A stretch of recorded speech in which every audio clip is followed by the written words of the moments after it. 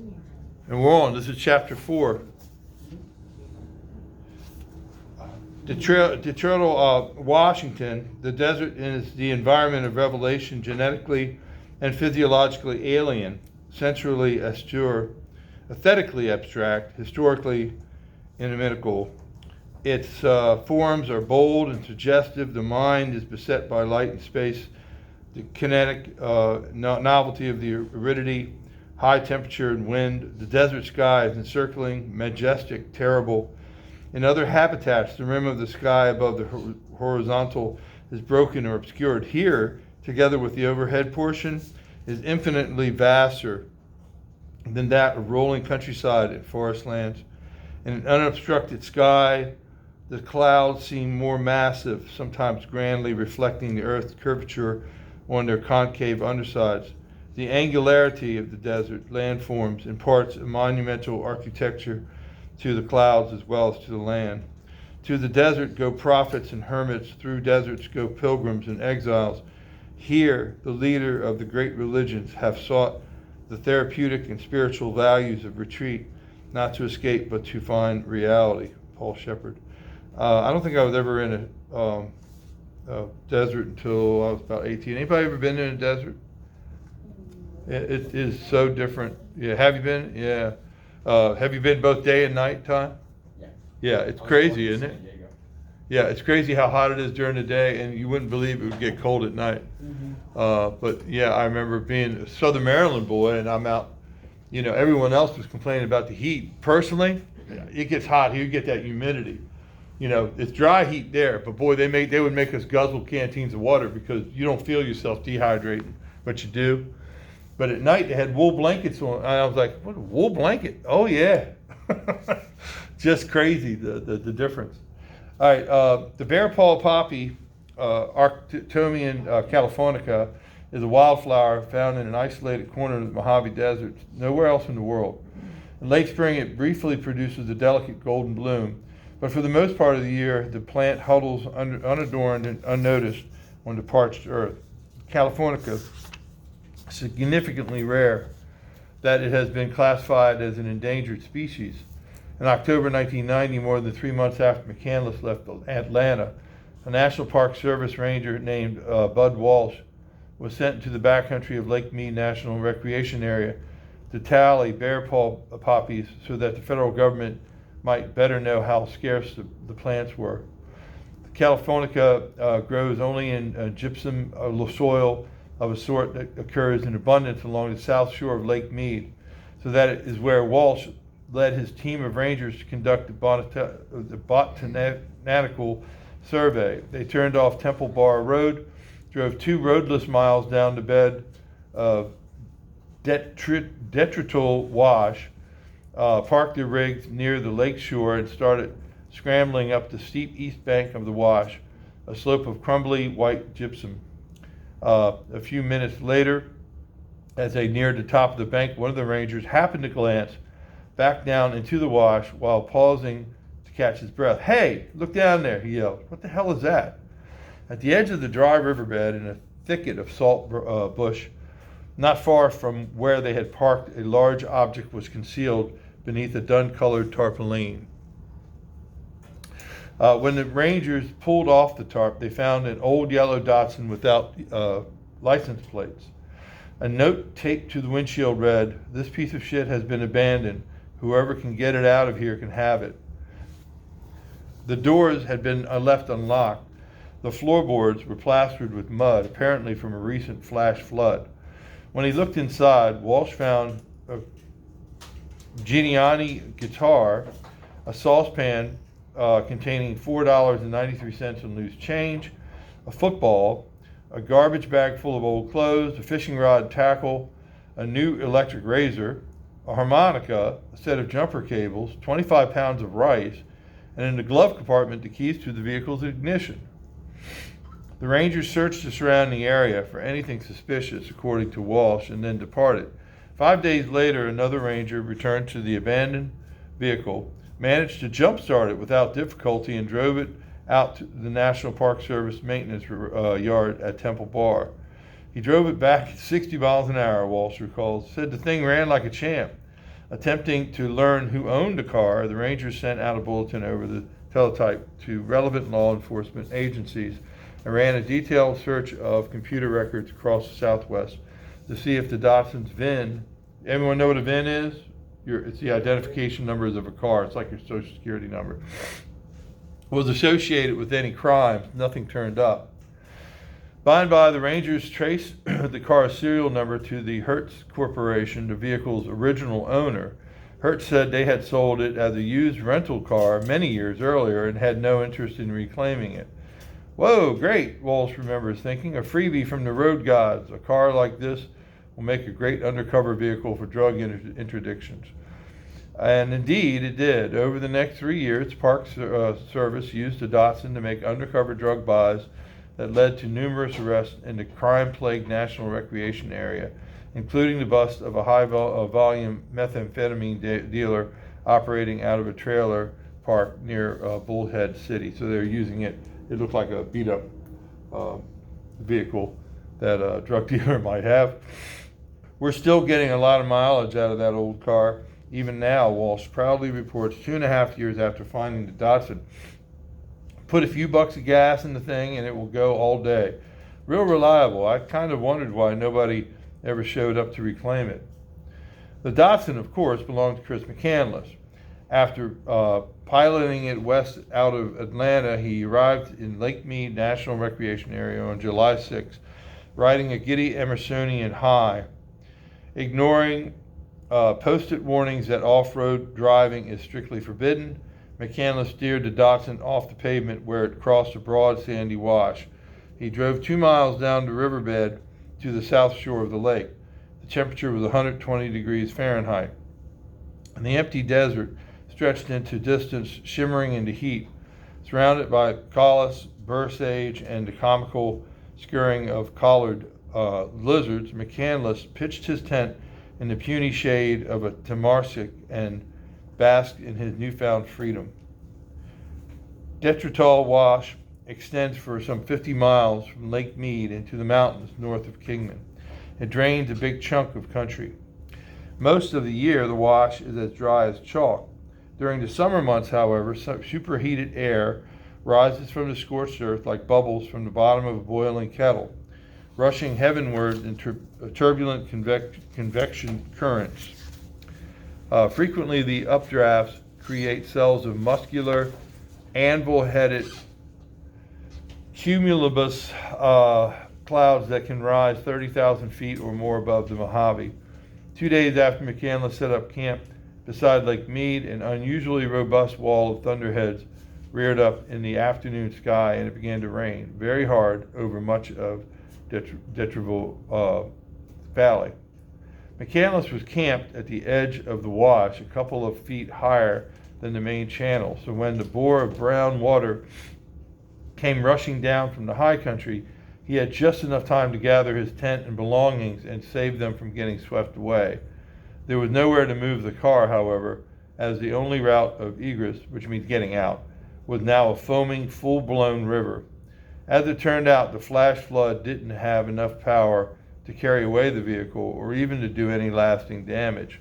But it did get the engine wet, so wet that when McCandless tried to start the car, soon after, the engine wouldn't catch, and in his impatience, he drained the battery. With the battery dead, there was no way to get the Datsun running. If he had hoped to get the car back to a paved road, McCandless had no choice but to walk out and notify the authorities of his predicament. If he went to the Rangers, however, they would have some irksome questions for him. Why had he ignored posted regulations and driven down the wash in the first place? Was he aware that the vehicle's registration had expired 2 years before and had not been renewed? Did he know that his driver's license had also expired and the vehicle was uninsured as well? These are all not good things, guys. By the way, and we'll do this when we do our life unit, once you have plates, if you let your insurance lapse on your car, you have 1 day to turn in your plates. And the reason why is that if somebody hits you, and I know most of you are driving or pretty close to driving, if somebody hits you, what do? How do you get the money from them? You can put down their Their insurance pays for it. What if they don't have insurance? Then you're screwed. You don't get any money. And that's why they make it a legal issue, okay? Because they don't want someone to go, sorry, I don't have insurance. Okay? So as soon as they don't have insurance, they have to turn in their plates, or they're under, they get in trouble. Well, it's been 2 years for him. So he's driving around with dead plates, a dead license, the registration's dead. So the last thing you want to do is go into any kind of authority. If you went to a tow truck company, they would have said, well, we can't drive down there. They got signs saying don't drive down there, So you'd have to go to the Rangers, and the Rangers are cops, okay? I mean, most of them. I dated a park ranger, and she also carried a gun. She was also police. So because people commit crimes in parks as well. So unfortunately, he lost his beloved car because he doesn't believe in any of the rules. All right, moving on. Truthful responses to these queries were not likely to be well received by the Rangers.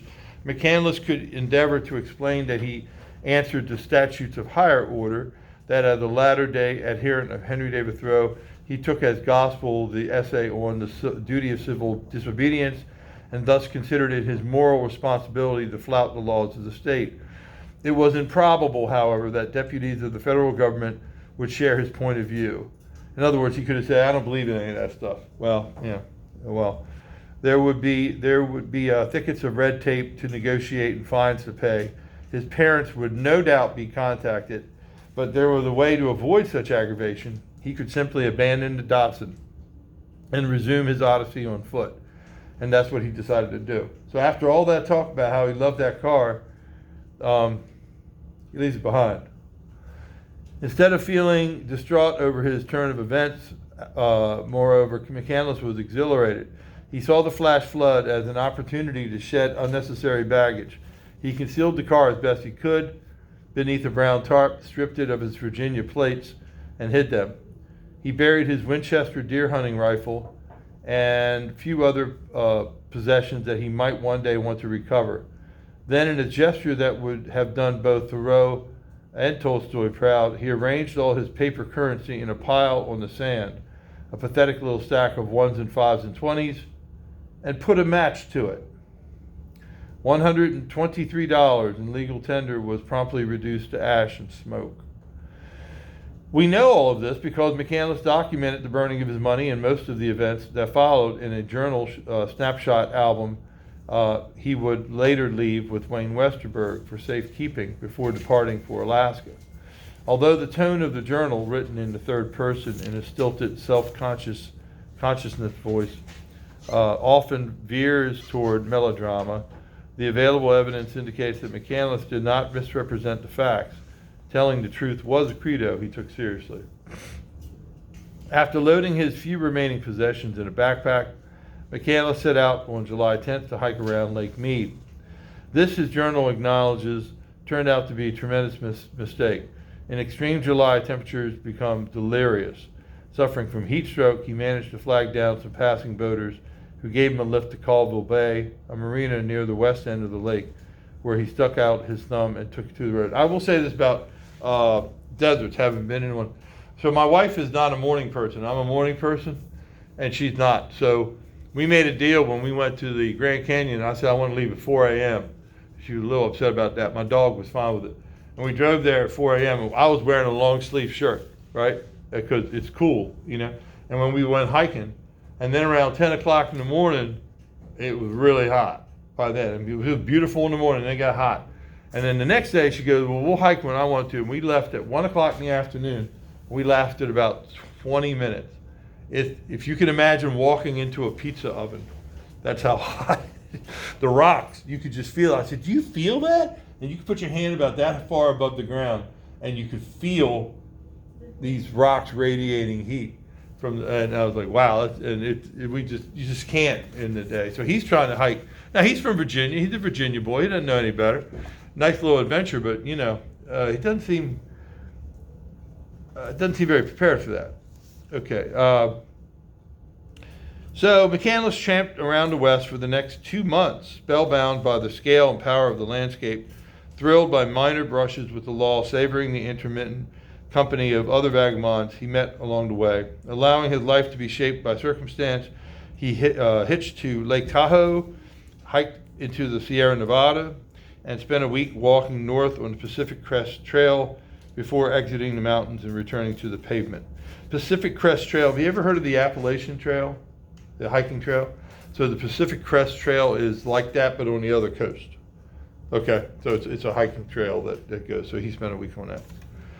At the end of July, he accepted a ride from a man who called himself Crazy Ernie. I don't know if don't ever ride with a guy named Crazy Ernie, unless he had a friend named Bert, then maybe you might want to trust him. He offered McCandless a job on a ranch in Northern California. Photographs of the place show an unpainted, tumble-down house surrounded by goats and chickens, bed springs, broken televisions, shopping carts, old appliances, and mounds of garbage. After working there 11 days with 6 other vagabonds, it became clear to McCandless that Ernie had no intention of ever paying him. So he stole a red 10-speed bike from the clutter in the yard, pedaled into Chico, and ditched the bike in a small parking lot. Then he resumed a life of constant motion, riding his thumb north and west through Red Bluff, Weaverville, Willow Creek. At Arcata, California, in the dripping redwood forest of the Pacific shore, McCandless turned right on U.S. Highway 101 and headed up the coast. 60 miles south of the Oregon line, near the town of Orick, a pair of drifters in an old van pulled over to consult their map when they noticed a boy crouching in the bushes off the side of the road. He was wearing long shorts and this really stupid hat, said Jan Burris, 41-year-old rubber tramp who was traveling around the West selling knickknacks at flea markets and swap meets with her boyfriend Bob. He had a book about plants with him and he was using it to pick berries, collecting them in a gallon milk jug with the top cut off. He looked pretty pathetic, so I yelled, "Hey, you want to ride somewhere?" I thought maybe we could give him a meal or something. We got to talking. He was a nice kid. Said his name was Alex, and he was big time hungry, but real happy. Said he'd been surviving on edible plants he identified from the book. Like he was real proud of it. Said he was tramping around the country, having a big old adventure. He told us about abandoning his car, about burning all of his money. I said, "Why would you do that?" Claimed he didn't need money. I have a son about the same age as Alex was, and we've been estranged for a few years now. So estranged, so she doesn't talk to her son. So I said to Bob, "Man, we got to take this kid with us. You need to school him about some things." Alex took a ride from us to Orick Beach, where we were staying, and camped with us for a week. A really good kid. We thought the world of him. When he left, we never expected to hear from him again, but he made a point of staying in touch. For the next 2 years, Alex sent us postcards every month or two. From Orick, McCandless continued north up the coast. He passed through Pistol River, Coos Bay, Seal Rock, Mazantia, Astoria, Hump Tulips, Coots, Forks, Port Angeles, Port Townsend, Seattle. He was alone, as James Joyce wrote of Stephen Dedalus, his artist, the young man. He was unheeded, happy, and near to the wild heart of life. He was alone and young and willful and wild-hearted, alone amid a waste of wild air and brackish waters in the sea harvest of shells and tangle and veiled gray sunlight. On August 10th, shortly before meeting Jan Burris and Bob, McCandless had been ticketed for hitchhiking near Willow Creek in the gold mining country east of Eureka. In an uncharacteristic lapse, McCandless gave his parents' Annandale address when the arresting officer demanded to know his permanent place of residence. The unpaid ticket appeared in Walt and Billy's mailbox at the end of August. That's the only way they know that their son is alive, is that they get an unpaid ticket in the mail. Okay? Don't do that to your folks. Pay your tickets. Okay. Walt and Billy, terribly concerned over Chris's vanishing act, had by that time already contacted the Annandale police, who had been of no help. When the ticket arrived from California, they became frantic. One of the neighbors was the director of the U.S. Defense Intelligence Agency, and Walt approached this man, an Army general, for advice. The general put him in touch with a private investigator named Peter Kalitka, who'd done contract work for both the DIA and CIA. He was the best, the general assured Walt.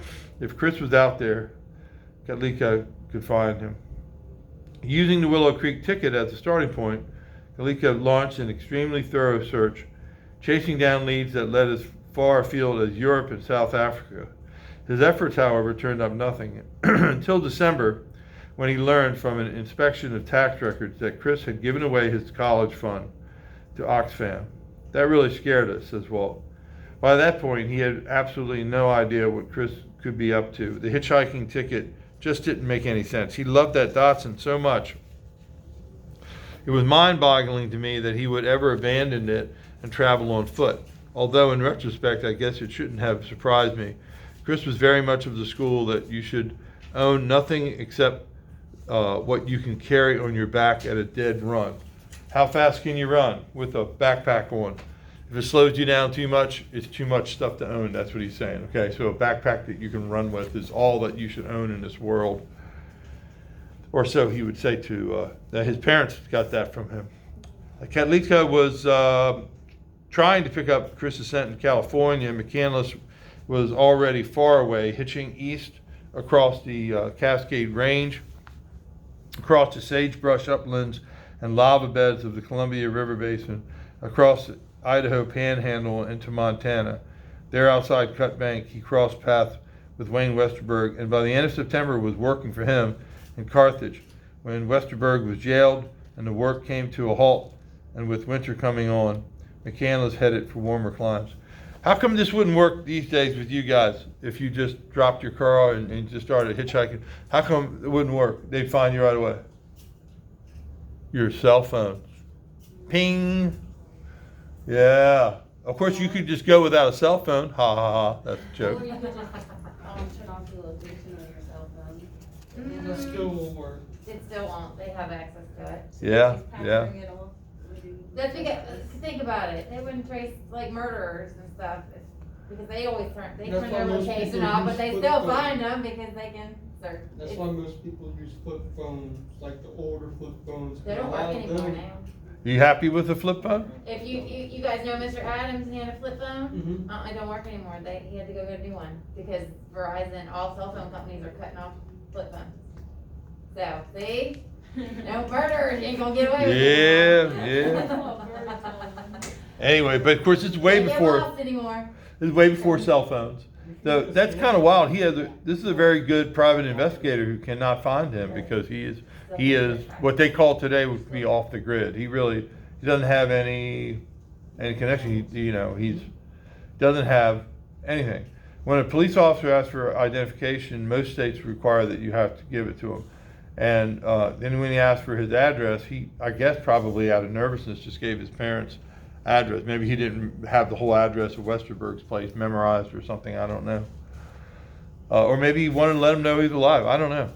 We don't know these things. Okay. On October 28th, he caught a ride with a long-haul trucker into Needles, California. Overjoyed upon reaching the Colorado River, McCandless wrote in his journal, then he left the highway and started walking south through the desert, following the riverbank. 12 miles on foot brought him to Topak, Arizona, a dusty way station along Interstate 40 where the freeway intersects the California border. While he was in town, he noticed a secondhand aluminum canoe for sale, and on impulse decided to buy it and paddle it down the Colorado River to the Gulf of Mexico, nearly 400 miles to the south across the border with Mexico. This lower stretch of the river from Hoover Dam to the Gulf had little in common with the unbridled torrent that exploded through the Grand Canyon some 250 miles upstream from Tupac. Emasculated by dams and diversion canals, the lower Colorado burbles indolently from reservoir to reservoir through some of the hottest, starkest country on the continent. McCandless was stirred by the austerity of the landscape, by its serene beauty. The desert sharpened the sweet ache of his longing, amplified it, gave shape to it in sheer geology and clean slant of light. From Topak, McCandless paddled south down Lake Havasu under a bleached dome of sky, huge and empty. He made a brief excursion up the Bill Williams River, a tributary of the Colorado, and then continued downstream through the Colorado River Indian Reservation, the Cobola National Wildlife Refuge, the Imperial National Wildlife Refuge. He drifted past Alkali Flats and camped beneath the escarpment of Negat Precambrian stone. In the distance, spiky chocolate brown mountains floated on eerie pools of mirage. Leaving the river for a day to track a herd of wild horses.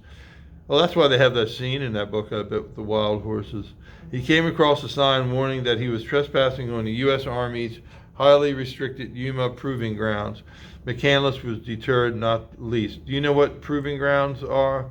They have proving grounds where they test stuff, like they test combat boots. They also test weapons, like bombs. Okay, and you can be walking into a range. Okay, that's why they have signs.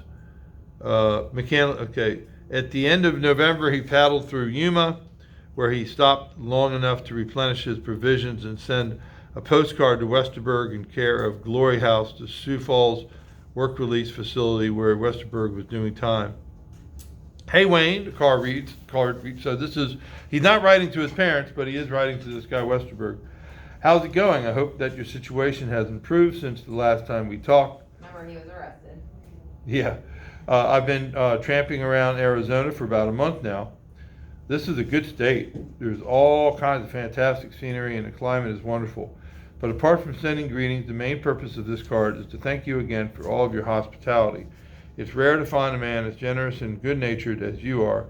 Sometimes I wish I hadn't met you, though. Tramping is too easy with all this money. My days were more exciting when I was penniless and had to forage around for my next meal. I couldn't make it now without money, however, as there is very little fruiting agriculture down here at this time. Please thank Kevin again for all the clothes he gave me. I would have froze to death without them. I hope he got that book to you, Wayne. You really should read War and Peace. I meant it when I said you had one of the highest characters of any man I'd met. It is a very powerful and highly symbolic book. It has things in it that I think you will understand, things that escape most people. As for me, I've decided that I'm going to live this life for some time to come. The freedom and simple beauty of it is just too good to pass up. One day I'll get back to you, Wayne, and repay some of your kindness. A case of Jack Daniels, maybe.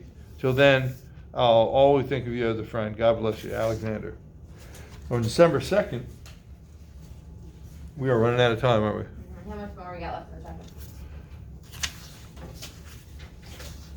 About 3 pages, 4 pages, Okay, more than we'll we pick can it do. up then there from tomorrow, Yeah. on Wednesday, but what we do need, please go on and look at the writing prompt. We'll give you about 5 to 10 minutes in class